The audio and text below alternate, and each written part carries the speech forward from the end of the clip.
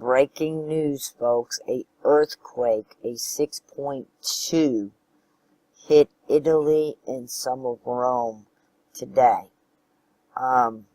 Yeah, isn't that awful? Look at the debris already.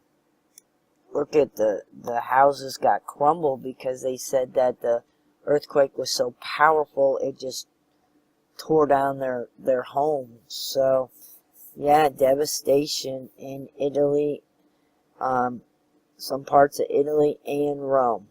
So, thanks for watching.